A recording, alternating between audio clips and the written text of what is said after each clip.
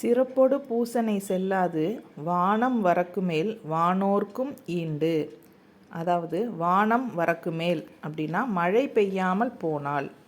சிறப்பொடு பூசனை செல்லாது, சிறப்பாக செய்யப்படும் பூஜைகள் நடைபெறாது. வானோர்க்கும் ஈண்டு, தேவதைகளுக்கு கூட இவ்வுலகில் பலன் கிடையாது. அதாவது மழை இல்லையெனில் விவசாயம் செய்ய முடியாது. அதனால் உணவு தட்டுப்பாடு அடைந்து வளம் இல்லாததால் தெய்வங்களுக்கு செய்யக்கூடிய பூஜை, யாகம், திருவிழா போன்ற ஆன்மீக செயல்கள் நடைபெறாது. மழை இல்லையெனில் மனித வாழ்வு மட்டுமல்லாமல் தெய்வ வழிபாடும் தடைபடும். மழை என்பது வெறும் இயற்கை நிகழ்வு அல்ல, அது உலகின் பொருளாதாரம், சமூகம், ஆன்மீகம் அனைத்திற்கும் அடிப்படை. மழை இல்லையெனில் பயிர்கள் இல்லை, வாழ்க்கை இல்லை.